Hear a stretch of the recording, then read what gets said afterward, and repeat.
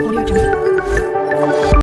Hello dear students, welcome on my YouTube channel English classes by Suman ma'am. तो बच्चों, अपना tense और determiner topic complete हो जाता है। तो आज मैं आपके लिए प्रेपोजिशन टॉपिक लेकर के आई हूँ, जो मेरा 6th to 12th कॉमन रहेगा। Without delay let start.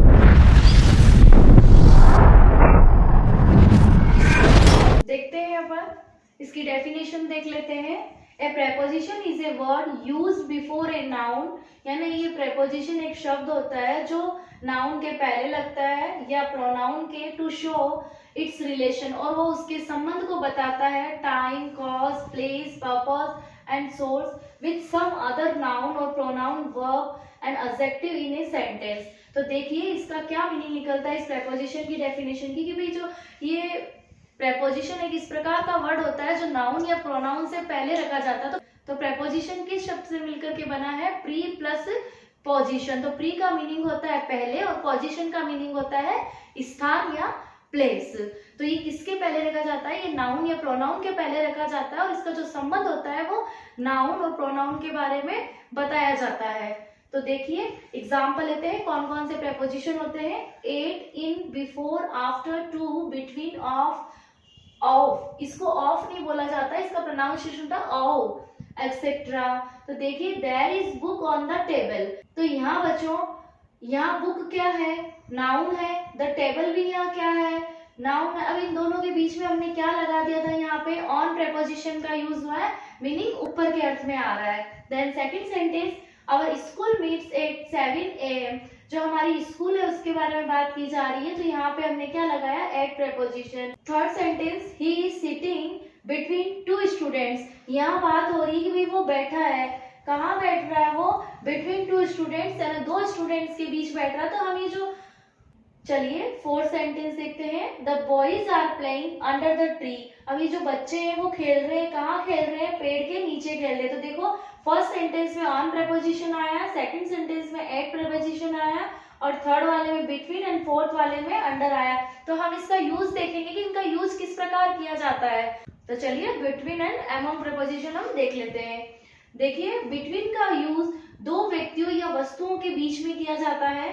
Among का यूज दो से अधिक व्यक्तियों या वस्तुओं के बीच में किया जाता है। ये अमंगस्ट का प्रयोग जो वोवल साउंड से शुरू होने वाले शब्दों के पहले होता है। तो ये वाला आपको इतना नहीं पूछा जाता है।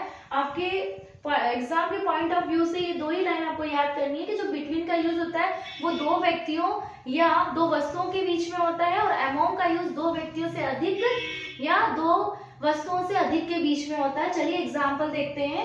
A child was sitting between his parents. तो देखिए एक जो बच्चा होता है वो बैठा हुआ होता है, कहाँ पे? Between his parents. तो यह बात पेरेंट्स की हो रही है, मीनिंग कि माता और पिता दोनों के बीच में बैठा, तो दो से अधिक तो नहीं है ना। देन सेकंड सेंटेंस देखिए, the chief minister distribute the blanket among the poor. तो बच्चों यहाँ ध्यान से देखना सेकंड सेंटेंस की, जो चीफ मिनिस्टर है उन्होंने डिस्ट्रीब्यूटेड, यानी उन्होंने बांटे थे द ब्लैंकेट, यानी ब्लैंकेट को अमंग द पुअर। पुअर का मीनिंग गरीब। तो यहाँ बच्चों क्या आ रहा है कि जो चीफ मिनिस्टर है उन्होंने पुअर के, यानी गरीब लोगों के बीच में क्या बांटे थे? ब्लैंकेट्स दिए थे उन्होंने। ओके बच्चों, चलिए थर्ड सेंटेंस देख लेते हैं। My friend was sitting between Ram and Mohan. यानी मेरा जो मित्र है वो कहाँ बैठा हुआ है? किसके बीच में बैठा हुआ है? राम एंड मोहन, यानी दो ही की बात हो रही है यहाँ। देन फोर्थ सेंटेंस देखिए, सी इज इंट्रोवर्ट। इंट्रोवर्ट का मीनिंग होता है अंतर्मुखी, है ना। आपने कभी देखा होगा कोई स्टूडेंट या कोई भी, है ना, कोई भी पर्सन होता है वो क्या करता है? अंतर्मुखी होता है। तो वो क्या करता है? अकेला ही बैठना पसंद करता है। तो देखिए she does not like being among people. तो वो कभी भी, यहाँ बात हो रही है शी के बारे में कि सी इज इंट्रोवर्ट, कि वो क्या है? अंतर्मुखी है। She does not like being among people, है ना, उसको लोगों के बीच में जाना अच्छा नहीं लगता है ना, उसको पसंद नहीं है। देन फाइव सेंटेंस देखिए, please see me between 4 PM and 5 PM। तो बच्चों यहाँ देखिए, यहाँ क्या रखा? बिटवीन, यानी टाइम का मेंशन किया गया है कि 4 PM एंड 5 PM। तो ध्यान रखना कभी भी, अभी तो नहीं पूछा जाता आपके एग्जाम में, जैसे कॉम्पिटिटिव एग्जाम में देते हैं तो वो यहाँ पे एंड की जगह टू दे करके और एरर पूछ ली जाती है। चलिए नेक्स्ट देखते हैं। बिटवीन के बाद हमेशा कोरिलेटिव के रूप में एंड का प्रयोग होता है, यानी जो कंजक्शन लगता है इनके बीच में वो हमेशा एंड लगता है, टू कभी भी नहीं लगता है। जैसे I will meet you at institute between 4 PM and 7 PM। तो अभी मैंने आपको बताया था कि यहाँ बीच में किसका होगा, कोरिलेटिव के रूप में एंड का यूज करेंगे, यहाँ पे टू का यूज नहीं होता है। चलिए नेक्स्ट पॉइंट देखते हैं। बिटवीन के बाद आने वाला नाउन या प्रोनाउन हमेशा प्लूरल आएगा। एग्जाम्पल से देखते हैं, between the boy, between the boys. तो इसमें से करेक्ट सेंटेंस कौन सा है अपना, बिटवीन द बॉयज। क्यों? क्योंकि हमारा जो ये पॉइंट है वो क्या कह रहा है कि कभी भी जो ये बिटवीन के बाद आने वाला या नाउन या प्रोनाउन होता है वो हमेशा क्या होता है, प्लूरल होता है। इसलिए ये सेंटेंस यहाँ बॉय आ रहा है तो ये क्या आ रहा है, सिंगुलर नाउन आ रही है, इसलिए कट हो गया। Then second sentence, between him, between us. तो हिम वैसे ही कट हो गया क्योंकि सिंगुलर में कभी आता ही नहीं। हमने क्या कहा था कि बिटवीन हमेशा प्लूरल को डिनोट करता है। देन नेक्स्ट पॉइंट देखते हैं, बिटवीन के बाद कभी भी ईच एवरी का यूज नहीं होगा। चलिए एग्जाम्पल देखते हैं, between each boy, between boys नहीं होता ऐसा, बिकॉज कि हमने क्या कहा था कि ईच और एवरी का यूज नहीं होता है, इसलिए हम क्या बोलेंगे, बिटवीन द बॉयज, है ना, लड़कों के बीच में। ऐसे नहीं होता है, बिटवीन ईच बॉय। तो चलिए बच्चों नेक्स्ट देखते हैं, बिसाइड एंड बिसाइड्स। बिसाइड का प्रयोग पास में या बगल के अर्थ में किया जाता है, यानी इसको इंग्लिश में बोलते हैं by the side of. Besides का प्रयोग केवल अलावा या केवल के अर्थ में होता है। चलिए एग्जांपल देखते हैं, हियर इज ए हट बिसाइड द रिवर, यानी किसके बगल में है ये जो झोपड़ी है, वो रिवर में। अब काफी बच्चे क्या बोलते हैं यहाँ पे, वो कंफ्यूज हो जाते हैं कि हम बिसाइड यूज करें या बिसाइड्स यूज करें। तो ध्यान रखना, बात अगर बगल की या पास में आ रही होती है तो वहां पे हमें बिसाइड का यूज करना है, और के अलावा के अतिरिक्त कुछ भी बोल दो आप सेंटेंस में कि मेरे अलावा सभी शहर जाएंगे, मेरे अलावा सभी स्टडी कर रहे हैं, तो वो के अलावा आ रहा है तो वहां किसका यूज करना है, बिसाइड्स का।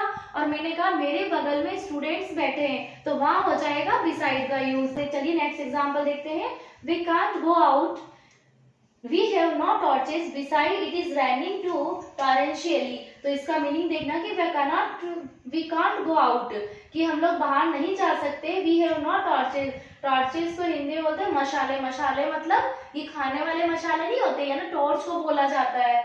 besides के अलावा it is raining too torrentially, torrentially का मतलब होता है मूसलाधार, कि भाई हम लोग बाहर नहीं जा सकते क्योंकि हमारे पास में कोई भी टॉर्चेस नहीं है, और बाहर क्या हो रही है, जो वर्षा हो रही है वो कैसी हो रही है, टॉरेंशियली यानी मूसलाधार हो रही है।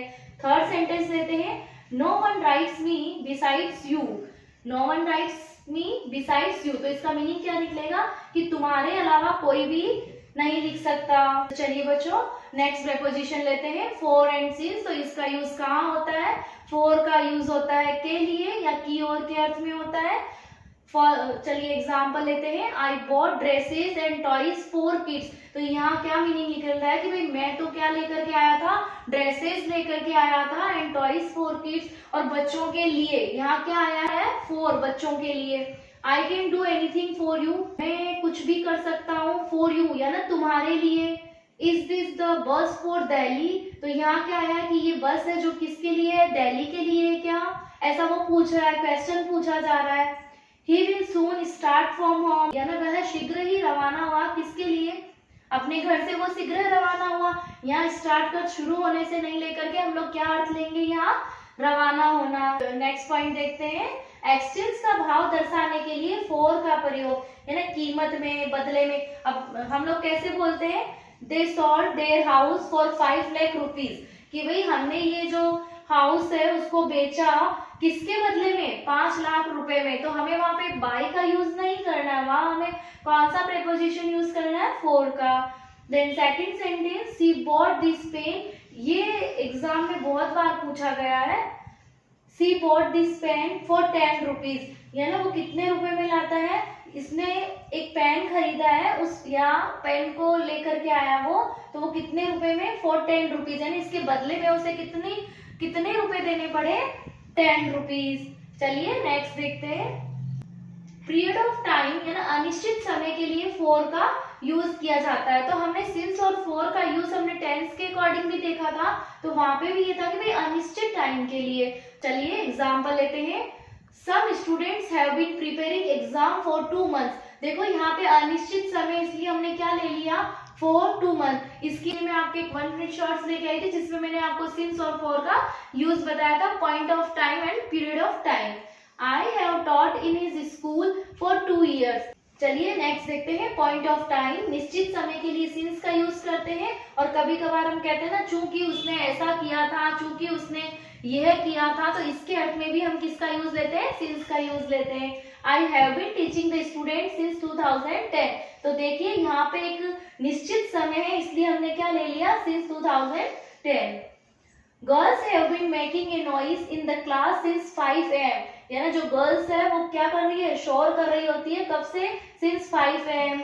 माई cousin had been watering the plant since morning. देखो ये फिक्स टाइम बता रहा है कि वो since morning. whereas her friends have been watching the movie for 2 days। अब उसमें भी यहाँ पे कोई फिक्स टाइम नहीं हो रहा है। चलिए एक सेंटेंस और लेते हैं, 4th वाला एग्जाम्पल देखते हैं। Since he drove recklessly met with an accident। तो ड्रॉ का मीनिंग होता है ड्राइव करना, recklessly का मतलब होता है लापरवाही से। तो कहते हैं कि उसने क्या किया था, लापरवाही से।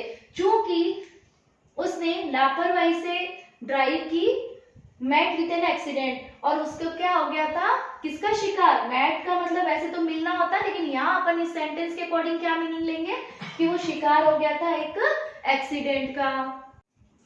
चलिए बच्चों, कल मैं लेकर के आऊंगी प्रेपोजिशन पार्ट 2। तब तक के लिए गुड नाइट, थैंक यू।